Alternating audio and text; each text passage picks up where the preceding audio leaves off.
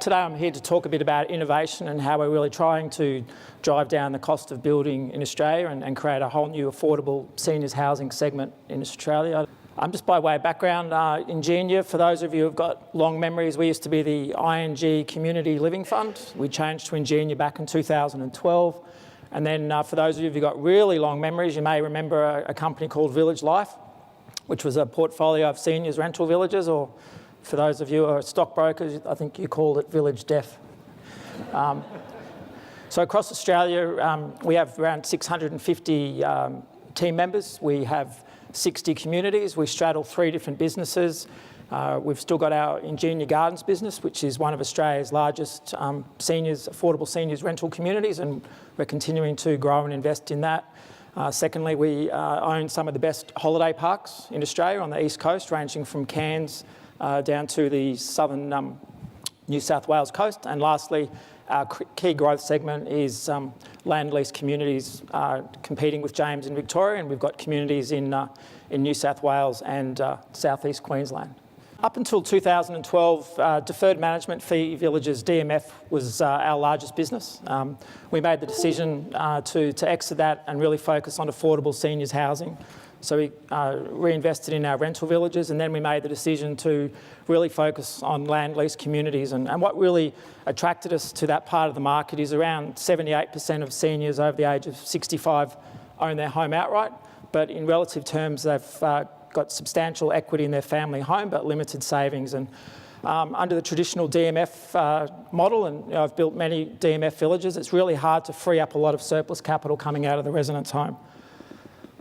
So we focused on that end of the market. You would know those statistics up there, but in Australia at the moment there's around 285,000 seniors who are renting. There hasn't been a new seniors rental village built in Australia with private money for over 10 years. We probably built the last one, and there is some government money going in, but it's not a lot. And then from the ASFA, the age pension only provides a bit over $30,000 for a retired couple, but there's a lot of statistics out there to suggest that you need around $60,000. So those sort of statistics really drove our decision to move into land lease communities. As of today, we have 11 communities under development. We broke ground on our next community last week up at Hervey Bay.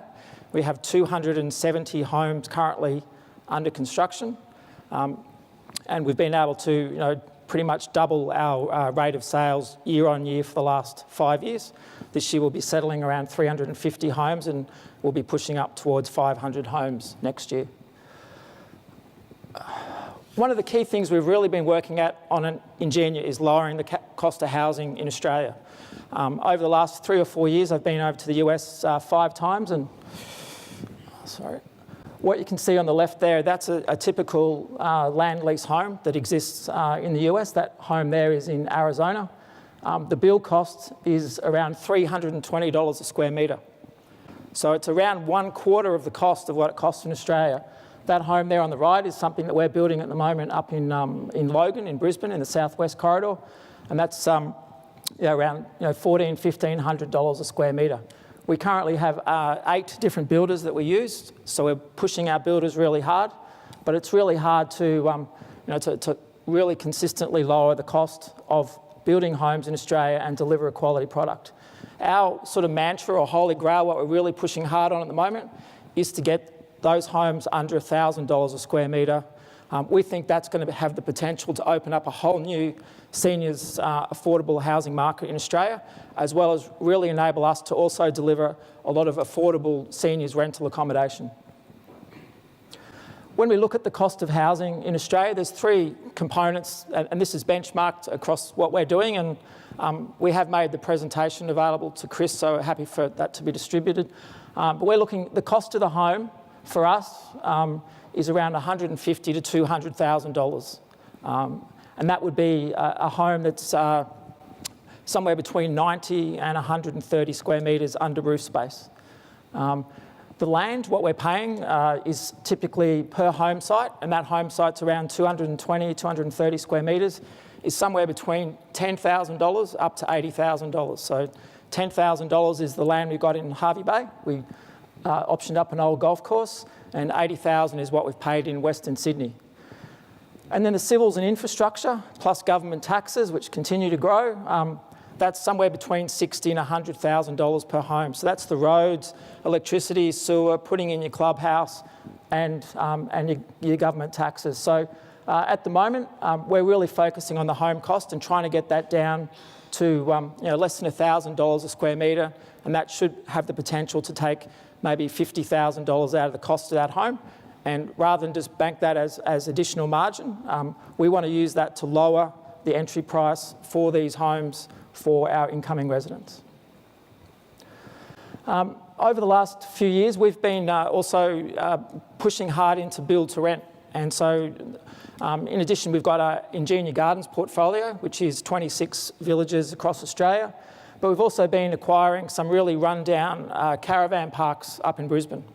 We acquired one a few weeks ago called Aspley Acres. It's got a very checkered history. But those 4 caravan parks that we own, which have really been repurposed now for affordable all-age accommodation, every week they're bringing in $230,000 of cash rent. That cash rent, in turn, allows us to fund our development and make sure that we're paying our bankers on time. And that's a really big growth market for us. And those 4 parks have got the ability to add in around another 150 affordable rental units. And most of those parks, in 10 or 15 years, they're in key growth corridors where there's the potential to convert them into medium or high density residential housing. We wouldn't be the developer there, but we know there's a longer term higher and better use. We've started importing homes out of China, and we're also well advanced on doing that out of the US. This is actually a photo from yesterday. So we've got 10 one-bedroom homes that have just arrived from China. We're having those fully delivered and installed for less than $50,000 per home. We're still taking our baby steps. To date, we've had 80 homes flat packed coming out of China. We're putting these into our rental pool, and it's probably half the price of what it would cost in Australia. And we would love to get them built in Australia, but to deliver a really affordable rental or buy-in product in Australia, at the moment, we have to import them coming out of China. We've also spent a lot of time looking in the US. So you've got a couple of really large home builders over there, in particular Clayton Homes, which is owned by Berkshire Hathaway and Cavco, and they're typically building around 60,000 homes each per year, and we're working with them. But their typical factory is pumping out around 15 homes a day. So for us to get their attention, we really need to commit to large-scale volume. So it's quite a different market. And my last slide is in November last year, Ingenia announced a partnership with Sun Communities. So Sun Communities is an $11 billion US company. In their first ever overseas investment, they acquired a 10% interest in Ingenia at an all-time record price for our stockholders. That's really exciting on a number of fronts. Firstly, they're going to partner with us in developing new land lease communities. And secondly, and this is probably what excites me the most, is that the 2 biggest opportunities for Ingenia that I see in front of us at the moment is lowering the cost of homes. And we're working with Sun. In a typical year, they would order 4,000 or 5,000 new homes. So that enables us to get in front of the Claytons and Cavcos and be of meaningful benefit. And the second opportunity, we're working with Sun, and this is something we've been trying to champion for the last 3 years at Ingenia.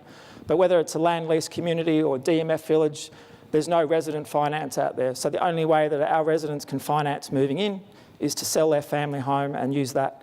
But we're working with Sun now on having a resident finance product. Probably our fastest growing market at the moment would be single women who, in their 60s, going through a latter stage divorce, don't have a lot of superannuation, and they're either continuing to work or they're having to go back to the workforce. If we can find a modest loan, if our sticker price is, say, $300,000, if we can work and help them fund that $100,000 difference to move into a lifestyle community, in their mid-60s, and they know then they've got certainty of where they're going to retire. That's the first stepping stone. And then the longer term stepping stone is creating all-age land lease communities. So in Australia at the moment, the only land lease communities that exist are for people who can sell their home and fund moving in. But there's no reason, as in the case of the US, why land lease communities can't be a stepping stone for first home buyers to move into the residential housing market, establish a credit history, and then upgrade into a traditional stick-built home. So we're really excited on working with Sun Communities. We've had a number of their executives come out here, and then in May, Nikki and I are heading over there for a couple of weeks to work with the Sun team, and we're really excited about that. I think, the last few weeks, just closing comment, we've seen Stockland announce that it's moving into the land lease community. James and I were joking before that we think that's great because it really validates the institutional appeal of land lease communities. And we look forward to the competition and validation that Stockland will bring. And that's it.